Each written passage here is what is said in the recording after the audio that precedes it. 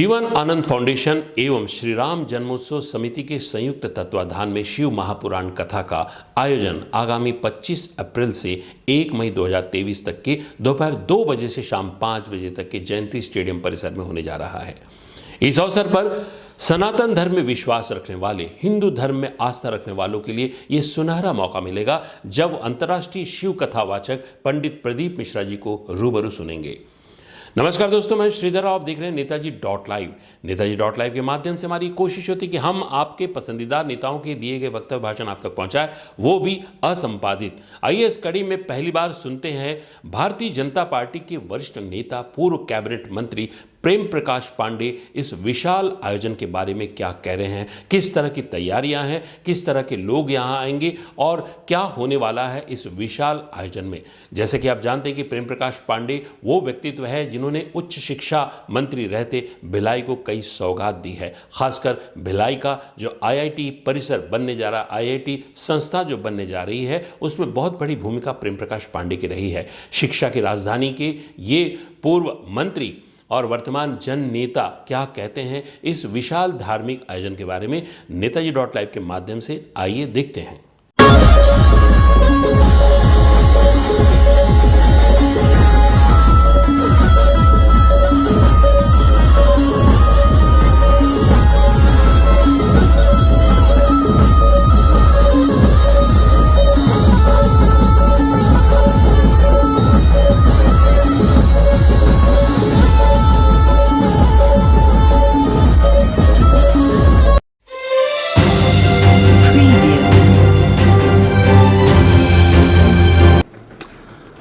देखिए, शिव महापुराण आदरणीय पंडित प्रदीप मिश्रा जी द्वारा यहाँ पे 25 अप्रैल से लेकर के 1 मई तक भिलाई में होने जा रहा है। ये हम सब भिलाई वासियों के लिए और छत्तीसगढ़ के लोगों के लिए बड़ा गौरव का समय है कि हम लोग को प्रदीप मिश्रा जी का डेट मिला। प्रदीप मिश्रा जी आज हिंदुस्तान ही नहीं बल्कि विश्व के शिव महापुराण के बड़े कथावाचक और उनके इतने चाहने वाले जो फैन फॉलोइंग है और उनको मानने वाले, वो मुझे लगता है कि और लाखों में लोग आते हैं एक दिन में। और हमारे लिए भी ये एक चैलेंज है क्योंकि हम लोग पिछले 38 सालों से लगभग राम जन्मोत्सव समिति के माध्यम से रामनवमी का कार्यक्रम हम लोग करते हैं और 1986 में पहले हमारी एक मंदिर से निकली थी और अब ये, लेकिन वो कार्यक्रम और ये कार्यक्रम अलग अलग है। उसमें हम लोग लगभग 1100 मंदिरों से ध्वज लाके एक स्थान पर कार्य होता है और ध्वज जाने के बाद वो एक दिन में ही समेट जाता है। लेकिन ये जो है लगातार हमें 7 दिन करना है और 7 दिन की व्यवस्थाएं बनानी है। इसमें हमें लोगों को लाना नहीं है। लोग जो आएंगे, जो भक्त आएंगे, उनको हर दृष्टि से, चाहे उनके पानी का है, बैठने का है, और कई हजार ऐसे श्रोता भी आने वाले हैं जो उसी पंडाल में ही रहेंगे। तो उनके लिए हम लोगों ने बायो टॉयलेट्स भी लगभग 100 से ऊपर बायो टॉयलेट्स बनाए हैं। लगभग 20 एक जो है LED हम विभिन्न शहर के अलग अलग जगह जहाँ हमारे जैसे पार्किंग जो प्लेसेस होंगे वहाँ पे लगाने हैं और आसपास, ताकि जो लोग पंडाल में ना जा सके, लगभग 1,35,000 स्क्वायर फीट का हमारा जो डोम बना हुआ है, तो उसके बाद भी एक्सटेंडेड जो व्यूवर्स के लिए हम और भी प्लान रखे हैं, प्लान B में कि अगर ज़रूरत पड़ी तो हम जयंती स्टेडियम में के अंदर भी वहाँ पे बना सकते हैं। तो ये एक जैसे जैसे होगा और विभिन्न समाज के लोगों द्वारा आपके सेक्टर 9 चौक से लेकर के towards the civic centre and उधर सेक्टर 1 चौक से लेकर के इस पूरे जो हमारा सेंट्रल एवेन्यू है, उसमें चूँकि गर्मी भी है तो सिख समाज, सिंधी समाज, गुजराती समाज, अन्य समाज के लोगों ने अपने अपने बैनर तले वो पानी और शरबत की भी व्यवस्था रखी गई है। हम लोगों के द्वारा शाम 7 बजे के बाद जो भक्तगण जो बाहर से आए हैं रखे हैं, तो समिति के द्वारा उनके लिए जो खिचड़ी है उसकी व्यवस्था है ताकि उन्हें रात्रि का भोजन मिल सके प्रसाद के रूप में। तो ये एक व्यापक तैयारियां हैं प्रशासन के भी तरफ से, ट्रैफिक के दृष्टि से भी। अगर हम देखें 4 गेट है चारों तरफ। भिलाई विद्यालय में एक हमारे जहाँ पार्किंग है, दूसरा पार्किंग सेक्टर 7 स्कूल्स में है, तीसरा जो टीए बिल्डिंग है उसके पास में है, और चौथा जो वीवीआईपी रूट से जो है पीछे से आएगा, जो आपके रिसाली होते हुए वो वहाँ से एंट्री है। तो इस हिसाब से सारी तैयारियां हैं, स्टेजेस बने हुए हैं, एम्बुलेंसेस, फायर ब्रिगेड, आपके विभिन्न छोटे छोटे जैसे कंट्रोल रूम्स। कोई लोगों के बच्चे क्या, इतना बड़ा ये है कि 4 आदमी साथ आए हैं तो कोई 2 घंटा इधर उधर हो गया तो एक साथ जाना है, तो उसके लिए भी काउंटर्स में अनाउंसमेंट की सुविधा है। तो हम लोगों ने कोशिश तो की है कि एक एक छोटी चीज़ पे से लेकर के और बड़ी बड़ी चीज़ें जो हो सकती है उसकी व्यवस्था हो, और एक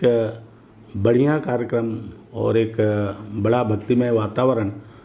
पूरे भिलाई में। और शिव जी के बारे में जैसा सब लोग जानते हैं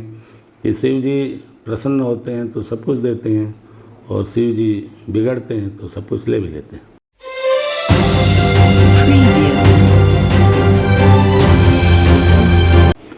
देखिए, जहाँ तक ये लघु भारत कहलाता है तो इसका लघु भारतीय स्वरूप है। मल्टीलिंग्विस्टिक्स, मल्टी कल्चरल्स, आपके विभिन्न लोगों पर आस्था रखने वाले लोग यहाँ पर हैं, विभिन्न समुदाय के लोग। लेकिन मैं ऐसा मानता हूँ कि जो शिव जी पर सारे प्रदेश के जो लोग हैं, देखिए अपने हिंदुस्तान के अगर मान्यताओं के बारे में देखें तो नॉर्थ में लोग राम जी को मानते हैं, वेस्ट में बंगाल में देखें तो दुर्गा जी को, महाराष्ट्र में गणेश भगवान को, साउथ में कार्तिकेय और शिव जी को, और ऐसे तमाम जगहों पर। लेकिन शिव जी और उनका परिवार जो है लगभग, और उनके गण, उनके प्रति आस्था रखने वाले और पूजा करने वाले ये पूरे हिंदुस्तान में है और दुनिया में भी है। अगर बहुत कालांतर में भी जाया जाएगा तो अन्य लोग जो इसको कई मक्का और मदीना से भी जोड़ करके कि शिव जी का उस समय था, बहुत सारे हैं ऐसे इस चीज़ को मानने वाले। तो मैं समझता हूँ कि शिव जी पर बहुत व्यापकता के साथ, और ये लघु भारत में अगर जा रहा है तो यहाँ के नौजवानों को भी, जो नौजवान पीढ़ी एक दूसरे रास्तों में, पिछले मैं भिलाई में देख रहा हूँ, हम लोग रोज़ देख रहे हैं कि हमारे एसपी साहब जो है बहुत सारे जो गलत धंधों में लड़के चले गए हैं, वो महादेव सट्टा है, आपके नशे की हिस्स में है, जिस फरोशी के धंधे हो रहे हैं, अभी ये रोज़ इन्हीं की पुलिस लगातार जो निकाल रही है। अगर ऐसे में जो भिलाई शिक्षा धामी के रूप में जाना जाता है, जो यहाँ पर लोग एक धार्मिक वातावरण और मजहबी संतुलन की भी बात करें तो यहाँ पर भिलाई शायद अभी पिछले कई दशकों से यहाँ कभी भी कोई मजहबी तनाव नहीं हुआ, और सब लोग अपने अपने इष्ट देवता की जो आराधना है अपने अपने तरीक़ों से करने के लिए स्वतंत्र भी हैं और पूरे हर्षोल्लास से करते हैं। लेकिन दुर्भाग्य ये है कि वर्तमान में कुछ प्रदेश में ऐसी घटनाएं घट रही हैं, एक वर्ग विशेष के लोगों को प्रताड़ित किया जा रहा है। कई बार मंदिरों में चोरी तो बहुत हम लोग सुनते थे, लेकिन मंदिरों में मूर्तियों का भंजन होना भी इस भिलाई में हमने देखा है, कुर्सीपार में देखा है, सेक्टर 5 में देखा है। तो ये भी जो घटनाएं हैं, तो कहीं न कहीं मैं समझता हूँ कि ये जो शिव पुराण और उसके माध्यम से जो एक बड़ा वर्ग है, जो हिंदू समाज, सनातनी समाज, जो सहिष्णु समाज है, वो शिव जी के व्यक्तित्व और शिव जी का जो कर्तृत्व है उससे जब हमारे बहुत सारे लोग परिचित होंगे, छोटे छोटे बच्चे जब जाते हैं उसमें परिवार के साथ जाते हैं, और जब वो कथा सुनते हैं और कथा सुनने के बाद जब घर आते हैं तो घर में वो प्रश्न पूछते हैं कि वो जो बोल रहे थे वो क्या है, और ऐसा जब वो प्रश्न करते हैं और तब अभिभावक उनको उन प्रश्नों का उत्तर देते हैं कि शिव जी कौन थे, गणेश जी कौन थे, पार्वती माता कौन थी, क्या क्या उनने किया, कैसे असुरों का वध किया, कैसे उन्होंने वरदान दिया, तपस्या क्या है। तो ये सारी चीज़ें जानने के बाद जो एक हेरिडेटिकली ट्रांसफॉर्मेशन जो होता है बच्चों में, सनातनी चिंतन का। तो मैं समझता हूँ कि इस समय पूरे देश और दुनिया में जो सनातनी चिंतन और उसके प्रति जो जागरूकता है, और यही संपूर्ण मानव समाज के कल्याण के लिए एकमात्र जो जितना हमारा सनातनी विचार मजबूत होगा, जितना इसका प्रसार होगा, जितना इसको लोग इसकी आगे बढ़ेगा, मैं समझता हूँ कि उतना प्रदेश, देश और दुनिया में जो अधिकार की और एक दूसरे पर अन्य अधिकारों से लेकर के, अन्य हथियारों से लेकर के जो कब्जा करने की नीति, आज रूस यूक्रेन की हम लोग लड़ाई देख रहे हैं, तो उसमें सारा आज जब दुनिया भारत को देख रहा है, मोदी जी को देख रहा है, तो मोदी जी के नेतृत्व में ये जो संपूर्ण देश में वातावरण बना हुआ है, आज सनातन के प्रति लोगों की जागरूकता और अपने आप को गौरवान्वित होकर के कह रहे हैं कि हम इस समाज के, इस विचार के एक प्रगाढ़ समर्थक हैं। तो ये चीज़ें कहीं ना कहीं पूरे संपूर्ण मानव समाज को संकेत देगी। और हमारा लघु भारत है, तो भारत की जो चीज़ भी होगी उसका प्रतिबिंब, उसका जो लक्षण है, प्रक्षेपण है, वो यहाँ पे होगा। और मैं समझता हूँ कि शिव महापुराण की कथा भी जो पूरे देश में वातावरण है, उसके एक प्रतिबिंब के रूप में भिलाई में देखने को मिलेगा हमें। विशाल धार्मिक आयोजन शिव महापुराण के विषय में क्या कह रहे थे भारतीय जनता पार्टी के वरिष्ठ नेता, पूर्व कैबिनेट मंत्री प्रेम प्रकाश पांडे। हमारे इस चैनल में बने रहने के लिए हमारे इस चैनल को लाइक करें, शेयर करें, सब्सक्राइब करें। नमस्कार।